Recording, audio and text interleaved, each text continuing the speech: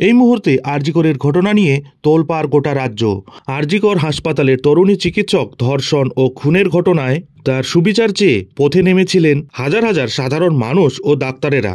উত্তাল হয়ে গিয়েছিল গোটা রাজ্যসহ গোটা দেশ। তবে এই ঘটনার 4 মাস পেরিয়ে গেলেও এখনও পর্যন্ত পাওয়া যায়নি কোনো সুবিচার। তবে কি এবার আরজিকরের কেস ক্লোজ? হাইকোর্ট থেকে মামলা গিয়েছিল দেশের সর্বোচ্চ আদালত সুপ্রিম কোর্টে। রাজ্য পুলিশ থেকে গিয়েছিল সিবিআইয়ের হাতে। এবার সেই সিবিআইয়ের উপর থেকেও উঠল আস্থা, সুপ্রিম কোর্টের উপরেও অসন্তোষ। অবশেষে ফের ঘুরে ফেরে হাইকোর্টে আরজিকর কাণ্ডে নির্যাতিতার বাবা মা। কি করবে হাইকোর্ট? কোন পথে হাঁটল উচ্চ আদালত? অ্যাকচুয়ালি কি চাইছে নির্যাতিতার পরিবার? একদম সম্পূর্ণ বিষয়টি ডিটেলসে আলোচনা করব। তার আগে চ্যানেলে নতুন হলে চ্যানেলটিকে সাবস্ক্রাইব করে বেল আইকনটি বাজিয়ে অল নোটিফিকেশন অন করে দিন এই ধরনের গুরুত্বপূর্ণ আপডেটগুলি ঠিক সময় মতো পেতে। এই মুহূর্তে আরজিকর হাসপাতালে কর্মরত তরুণী চিকিৎসকের ধর্ষণ ও খুনের ঘটনায় উত্তাল হয়ে গিয়েছিল সারা রাজ্য। এই নির্মম ঘটনার দোষীদের শাস্তির দাবিতে পথে আন্দোলনে নেমেছিলেন সাধারণ মানুষ থেকে শুরু করে বিশিষ্টজনেরাও। বর্তমানে এই মামলার তদন্ত করছে কেন্দ্রীয় তদন্তকারী সংস্থা সিবিআই। কিন্তু এই ঘটনার এতদিন হয়ে গেলেও সিবিআই কিন্তু এখনও কোনো বড় সাফল্য পায়নি। ফলে সিবিআইয়ের ভূমিকা নিয়েও একাধিক প্রশ্ন উঠে গিয়েছে। তবে এই ধর্ষণ ও খুন মামলায় এখনও পর্যন্ত একমাত্র অভিযুক্ত সিভিক ভলান্টিয়ার সঞ্জয় রায়ের নামে চার্জশিট পেশ করায় দেশের সর্বোচ্চ আদালত সুপ্রিম কোর্টের তত্ত্বাবধানে নিম্ন আদালতে চলছে এর শুনানি। অন্যদিকে আরজিকর হাসপাতালের আর্থিক দুর্নীতির মামলায় অবশেষে আরজিকরের প্রাক্তন অধ্যক্ষ সন্দীপ ঘোষ এবং টালা থানার প্রাক্তন ওসি অভিজিৎ মণ্ডলকে গ্রেপ্তার করা হলেও সিবিআই তাদের বিরুদ্ধে কোনো তথ্য প্রমাণ জোগাড় করতে না পারায় গ্রেপ্তারের 90 দিন পরেও তাদের বিরুদ্ধে চার্জশিট জমা করতে পারলেন না। ফলে অবশেষে আইন অনুযায়ী সন্দীপ এবং অভিজিৎ মণ্ডলকে জামিন দেওয়া হলো। এই খবর ছড়িয়ে পড়তেই জুনিয়র চিকিৎসক, সাধারণ মানুষ এবং নির্যাতিতার পরিবার একেবারে ক্ষোভে ফেটে পড়েছেন। আরজিকর কাণ্ডে নির্যাতিতার পরিবারের এই মুহূর্তে সাফ কথা, বর্তমান তদন্তে তাদের কোনো আস্থা নেই। তাহলে করণীয় কি?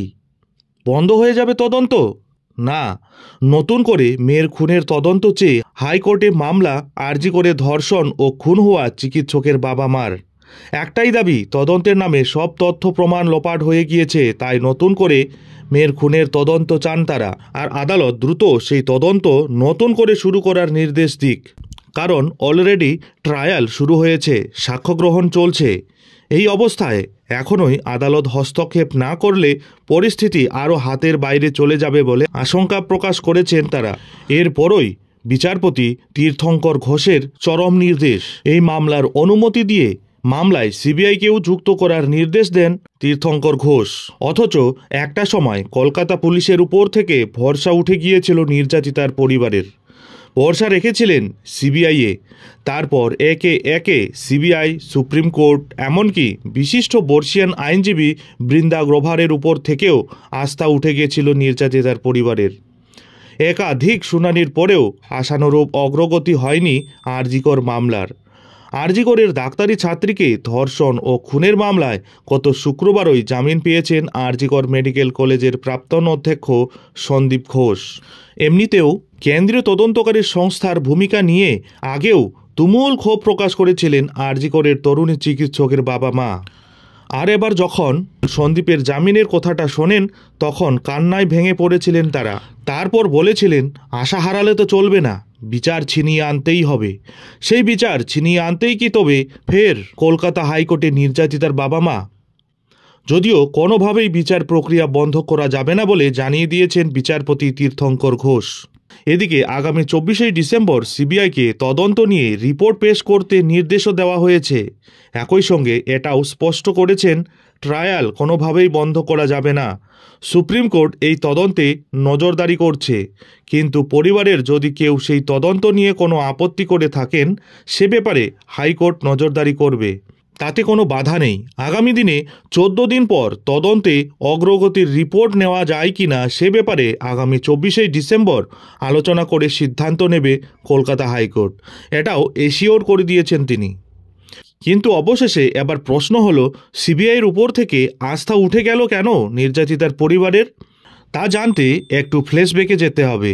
নির্যাতিতার বাবা মা যেদিন সুপ্রিম কোর্টে অভিযোগ করেছিলেন সিবিআই তাদের সঙ্গে যোগাযোগ করে না, আর এবার বিভিন্ন সংবাদ মাধ্যমে প্রকাশ নির্যাতিতার মা জানিয়েছেন সিবিআই তার বয়ানই নেয়নি। বাড়িতে গিয়ে কথা বলেছে কিন্তু বয়ান নেয়নি।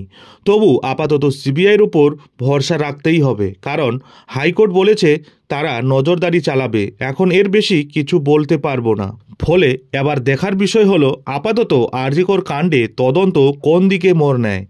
সিবিআইয়ের বিরুদ্ধে আদালতে মিথ্যা কথা বলার অভিযোগের পর সরাসরি তদন্তকারী কেন্দ্রীয় সংস্থার বিরুদ্ধে প্রমাণ লোপাটের অভিযোগ আনা, এসব তো চারটিখানি কথা নয়। তাই এখন দেখার হলো জল খোলার পর আদৌ কি নির্যাতিতার সঙ্গে ঘটে যাওয়া অন্যায়ের ন্যায় বিচার পাওয়া যাবে। নজর থাকবে সেদিকে। যাই হোক, এখন এখানেই শেষ করছি। এই ধরনের পরবর্তী গুরুত্বপূর্ণ আর.জি. কর সম্পর্কিত আপডেটের জন্য অবশ্যই চ্যানেলে চোখ রাখুন।